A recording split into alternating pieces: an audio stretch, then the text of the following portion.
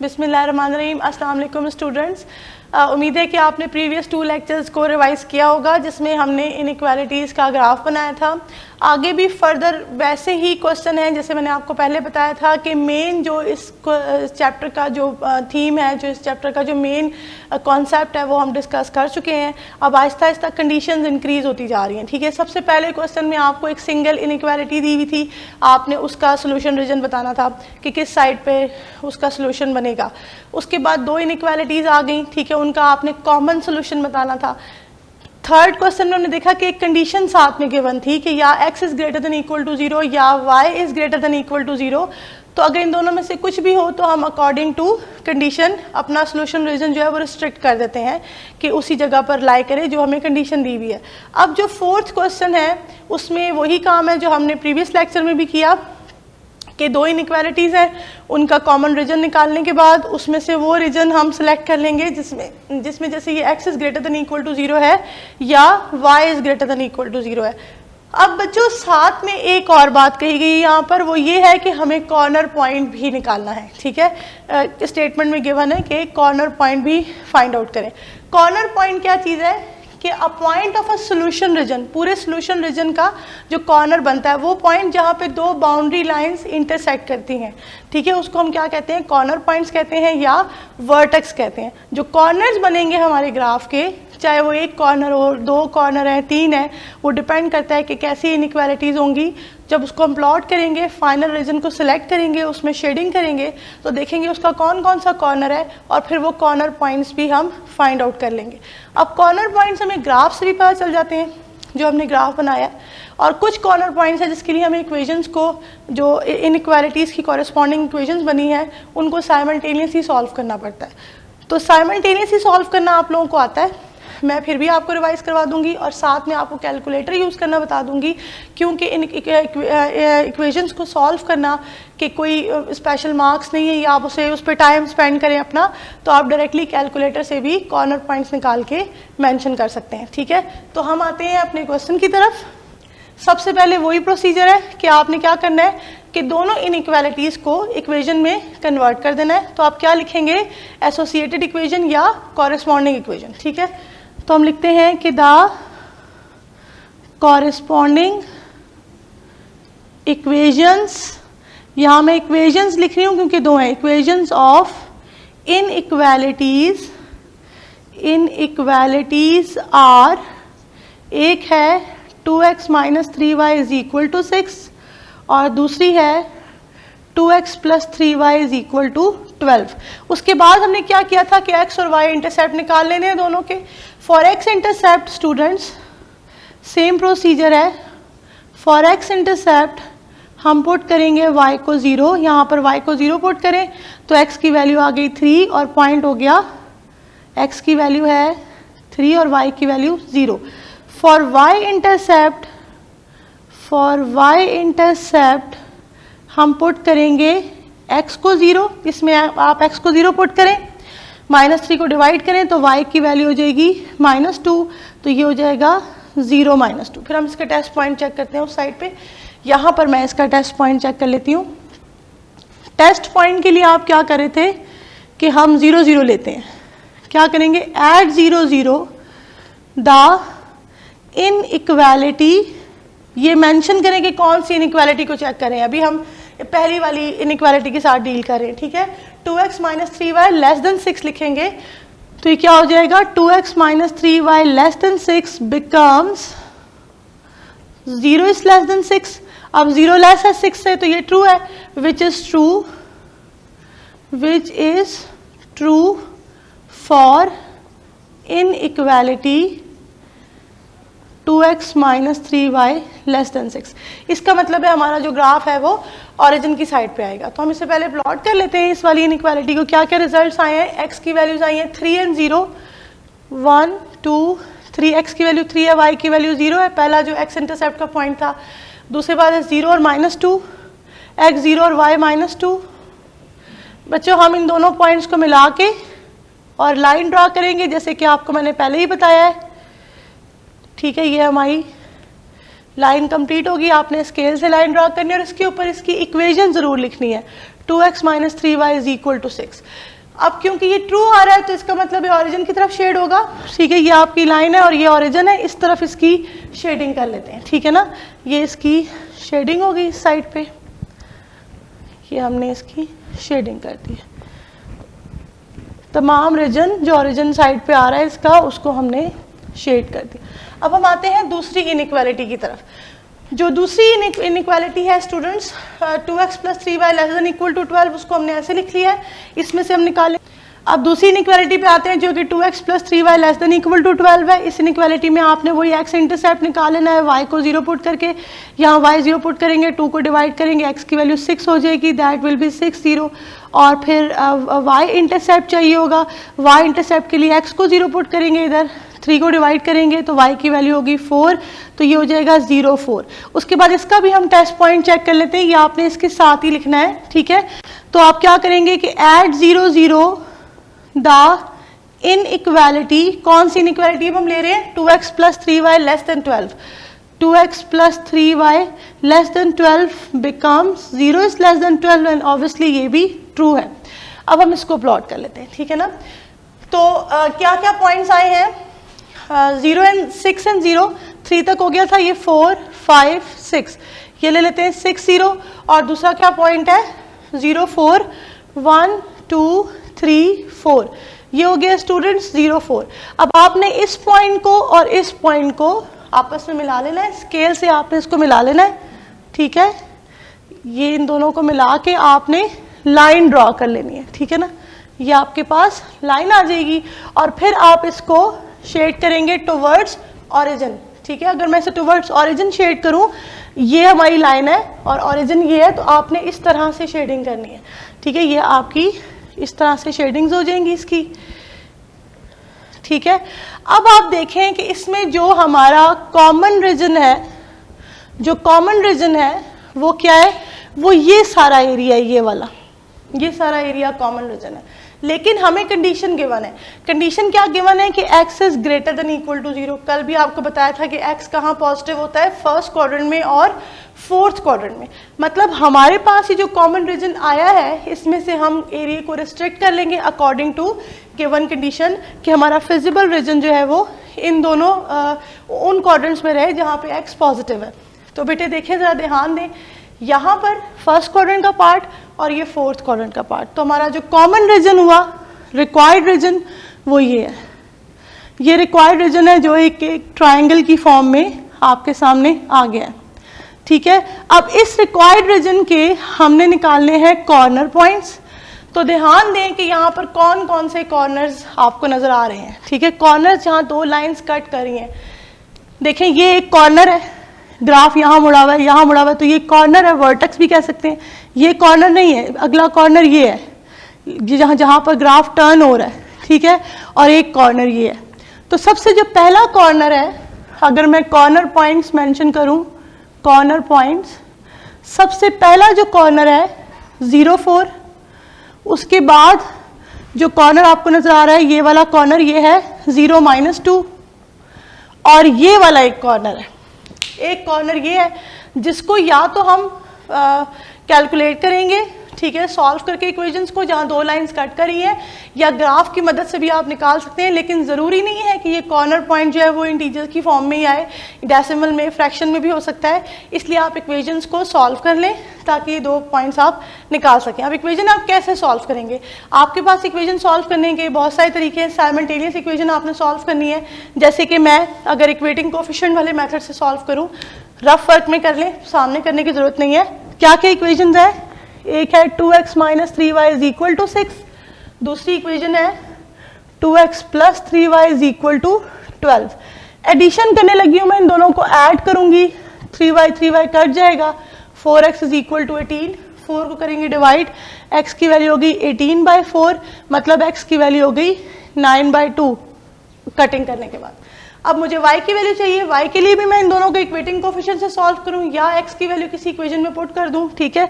जैसे अब आप यहाँ देख लें कि 2x minus 3y equal to 6 और 2x plus 3y is equal to 12। यहाँ तो y की वैल्यू भी इक्वेटिंग कोफिशिएंट से आ सकती है अगर मैं इन दोनों इक्वेशंस को सब्ट्रैक्ट करूँ। सब्ट्रैक्ट करने के लिए हम साइन चेंज कर लेते हैं, ठीक है। तो ये 2x कट गया, minus 6y is equal to minus 6, minus minus cancel, y की वैल्यू 1। तो बेटे जो ये वाला पॉइंट है, ये वाला, इसके क्या कोऑर्डिनेट्स बन गए, x की वैल्यू है 9/2 और y की वैल्यू है 1। ये मैंने इक्वेटिंग कोफिशिएंट से किया, आप सब्स्टिट्यूशन मेथड से भी कर सकते हैं।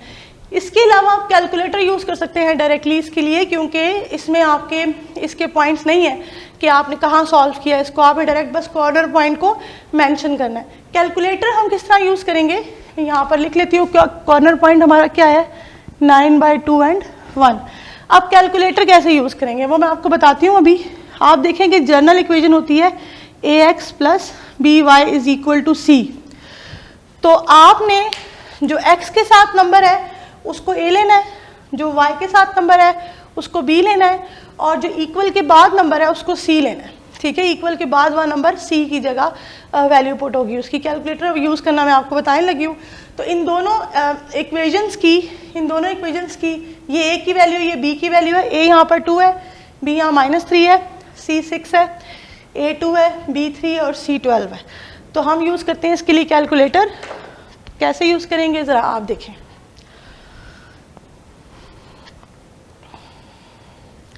सबसे पहले आप अपना कैलकुलेटर ऑन करें। कैलकुलेटर ऑन करने के बाद ये मोड पे जाएं और यहाँ इक्वेशन लिखा हुआ है नंबर 5, ठीक है। 5 नंबर पे इक्वेशन है, 5 दबाएं, ठीक है। 5 जब आप प्रेस करेंगे तो सबसे पहले ऊपर जो लिखा हुआ है वो लिखा हुआ है an(x), ठीक है, bny is equal to cn, ठीक है ना। ये नंबर 1 पे आप इसको प्रेस कर दें। जब आप 1 दबाएंगे तो इस तरह की चीज़ आपके सामने आ जाएगी। इसमें वो आपसे a b c की वैल्यूज़ पूछ रहा है। पहली इक्वेशन में a की जो वैल्यू है वो क्या है 2, ठीक है। यहाँ पर देखें a के ऊपर ब्लैक हुआ है तो इसका मतलब है a की वैल्यू हमने पूछनी है, बतानी है इधर पे, ठीक है ना। तो कैसे हम इसमें a की वैल्यू बताएंगे, सबसे पहले a की जगह लिखते हैं 2, ये 2 लिखा हुआ आया नीचे, इक्वल दबाएंगे तो कैलकुलेटर इस a की जगह पे 2 मेंशन कर देगा। इक्वल दबाएंगे तो ये ब्लैक वाला पोर्शन आगे शिफ्ट हो गया। अब b की वैल्यू कितनी है -3, ठीक है, -3 लिख के इक्वल दबाएंगे, कैलकुलेटर b की वैल्यू ले लेगा और c पर शिफ्ट हो जाएगा ये ब्लैक पोर्शन जो है। c की वैल्यू स्टूडेंट्स हमारे पास है 6, हम 6 प्रेस करेंगे, ठीक है, इक्वल दबाएंगे तो ऑटोमेटिकली ये ब्लैक शेड जो है ये नीचे वाली इक्वेशन के लिए आ जाएगा। अब नीचे वाली इक्वेशन में a क्या है 2, इक्वल दबा दें, b हमारे पास 3 है, इक्वल दबा दें, और c हमारे पास 12 है, अगेन इक्वल दबा दें। जब आप तमाम वैल्यूज पुट करने के बाद इक्वल दबाएंगे तो देखें कैलकुलेटर ने आपको x की वैल्यू दी है 9/2, ठीक है। और फिर मज़ीद आप एक दफ़ा और इक्वल दबाएंगे तो कैलकुलेटर आपको y की वैल्यू देगा जो कि 1 आ रही है, ठीक है। तो इस तरह से आप x और y की वैल्यूज़ को कैलकुलेटर से निकाल के भी पुट कर सकते हैं, ठीक है स्टूडेंट्स। तो आप इस तरीके से अपने कॉर्नर पॉइंट्स निकाल लें, आपका टाइम भी बचेगा और एक्यूरेट आंसर आ जाएगा। अब हम आते हैं इसके नेक्स्ट क्वेश्चन पे। पार्ट नंबर 4 स्टार्ट करते हैं। पार्ट नंबर 4 में भी 2 इनइक्वालिटीज़ आपको गिवन है और कंडीशन यहाँ क्या है, y is greater than equal to 0। वही काम आपने स्टूडेंट्स करना है जो हमने पीछे प्रीवियस सीखा हुआ है सारा, कि the corresponding equation of inequalities are, हम दोनों की इक्वेशन बना लेंगे, इनइक्वालिटी का साइन हटा देंगे। x इंटरसेप्ट के लिए y को 0 पुट करेंगे, यहाँ y को 0 पुट करेंगे, 3 को डिवाइड करेंगे, x की वैल्यू 2 हो गई, पॉइंट्स बन गया 2 0। उसके बाद हो गया फॉर y इंटरसेप्ट, x को 0 पुट करेंगे, यहाँ पर x को 0 पुट कर देंगे, 2 को डिवाइड करेंगे, y की वैल्यू हो गई 3, पॉइंट आ गया है 0 3। अब आते हैं टेस्ट पॉइंट पे, क्या करना है, at 0 0 the inequality 3x plus 2y greater than 6 becomes, यहाँ 0 लगाएं, यहाँ 0 लगाएं, 0 प्लस 0 0 ग्रेटर देन 6। तो क्या 0 ग्रेटर है 6 से, नो, ये इनइक्वालिटी के लिए टेस्ट पॉइंट ट्रू नहीं है, विच इज नॉट ट्रू या नॉट सेटिस्फाई। इसका मतलब है कि जब हम इसको प्लॉट करेंगे तो इसने ओरिजिन की तरफ इसकी शेडिंग नहीं होनी। तो पॉइंट्स प्लॉट करते हैं 2 0, यहाँ आ जाए ये 1, ये 2, ये हो गया 2 0, और बच्चों क्या पॉइंट है 0 3 1 2 3 0 3, इन दोनों को मिला लें और एक्सटेंड कर दें। एक्सटेंड करने के बाद इसके ऊपर इसकी इक्वेशन भी मेंशन करें, 3x plus 2y equal to 6। और हमने क्या किया है, टेस्ट पॉइंट में देखा है कि ये ओरिजिन के लिए सेटिस्फाइड नहीं कर रहा, तो इसे ओरिजिन से ऑपोजिट शेड करेंगे। ठीक है, ओरिजिन ये है, लाइन हमारी ये है, ऑपोजिट शेड करेंगे। ये आपकी लाइन ऑपोजिट शेड हो गई। अब ऐसे ही हम सेकेंड इनइक्वालिटी से जो इक्वेशन बनाई है, कॉरेस्पॉन्डिंग इक्वेशन, उस पर आते हैं। सेकेंड इनइक्वालिटी से x plus 3y is equal to 6, x को 0, y को 0 पुट करें, x इंटरसेप्ट के लिए 6 0 पॉइंट आ गया। फिर आप y इंटरसेप्ट के लिए x को 0 पुट करें, 0 2 पॉइंट आ गया है। ठीक है, एट 0 0 इनइक्वालिटी क्या बन जाएगी, इसमें 0 पुट करें, 0 पुट करें तो that will be 0 is less than 6 which is true. इसका मतलब है सेकेंड इनइक्वालिटी जो है वो सेटिस्फाई करेगी, तो हम सेकेंड इनइक्वालिटी को ओरिजिन की तरफ शेड करेंगे। ठीक है, 6 0, ये हो गया स्टूडेंट 6 0, और सेकेंड पॉइंट है 0 2, ये पॉइंट हो गया 0 2। पहले का पॉइंट की प्लॉट हुआ बता, इन दोनों को मिला लेते हैं विद अ सॉलिड लाइन। इसको हमने इस तरह से एक्सटेंड कर दिया है। आप इसको स्केल की मदद से बनाएंगे ताकि ये आपकी बिल्कुल स्ट्रेट बने। ठीक है, अब क्या इक्वेशन है इसकी, ये है x plus 3y equal to 6। इसने ओरिजिन की तरफ शेड होना है, तो हम इसे ओरिजिन की साइड पे शेड कर देंगे। ये हमने इसे ओरिजिन की साइड पे शेड कर दिया। अब आप ये देखें कि हमें क्या कंडीशन गिवन है। वैसे अगर हम इसका फिजिबल रीजन देखें, दोनों का जो इंटरसेक्शन का पॉइंट आ रहा है, जहाँ पे दोनों रीजन्स जो है वो मौजूद है, वो ये वाला हिस्सा है, यहाँ से शुरू हो रहा है, और ये सारा हिस्सा, ये जो हिस्सा है यहाँ पर, ये दोनों इनइक्वालिटीज़ का जो शेडेड पोर्शन है वो इंटरसेक्ट कर रहा है। इसमें से हमें स्टूडेंट वो पार्ट लेना है जहाँ पे y greater than equal to 0 है। अब कल मैंने आपको बताया था कि y पॉजिटिव है किधर, फर्स्ट क्वाड्रेंट में और सेकंड क्वाड्रेंट में। तो ये वाला पार्ट फर्स्ट क्वाड्रेंट का आ गया, सेकंड क्वाड्रेंट का हिस्सा तो इसके अंदर फिजिबल रीजन में मौजूद ही नहीं है, तो वो हम नहीं शेड कर सकते। इसमें से आपने वो जगह ले लेनी है जहाँ पर y पॉजिटिव है। तो y बच्चे सिर्फ यहाँ पॉजिटिव है, इस हिस्से में देखेंगे तो y नेगेटिव होगा। तो हमारा जो कॉमन रीजन है इसका, ये वाला जो फाइनल रीजन है वो ये बना। और से आप देखें, ये हमारा इसका फाइनल रीजन हो गया। अब ये जो फाइनल रीजन है, इसके हमें चाहिए है कॉर्नर पॉइंट्स। इसके कॉर्नर पॉइंट्स हम कैसे निकालेंगे, जरा गौर से देखें। अगर आपको कोई कॉर्नर पॉइंट नजर आ रहा है तो कॉर्नर पॉइंट्स कौन कौन से हैं, पहले ये देख लें, ये क्या पॉइंट है 2 0, उसके बाद ये जो अगला पॉइंट है 6 0, और फिर स्टूडेंट एक पॉइंट ये है जहाँ पे दोनों लाइंस कट कर रही हैं।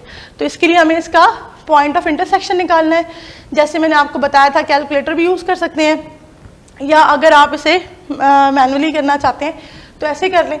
ये दो आपके पास इक्वेशंस हैं, इन दोनों को आपस में सॉल्व करना है। बहुत सारे तरीके हैं सॉल्व करने के, सब्स्टिट्यूशन, कंपैरिजन, ठीक है, इक्वेटिंग कोफिशिएंट। इक्वेटिंग कोफिशिएंट ज़्यादा इजी रहता है, तो हम क्या करें, अगर इस इक्वेशन को भी मल्टीप्लाई बाय 3 कर ले तो ये क्या बन जाएगा, 3x plus 9y is equal to 18।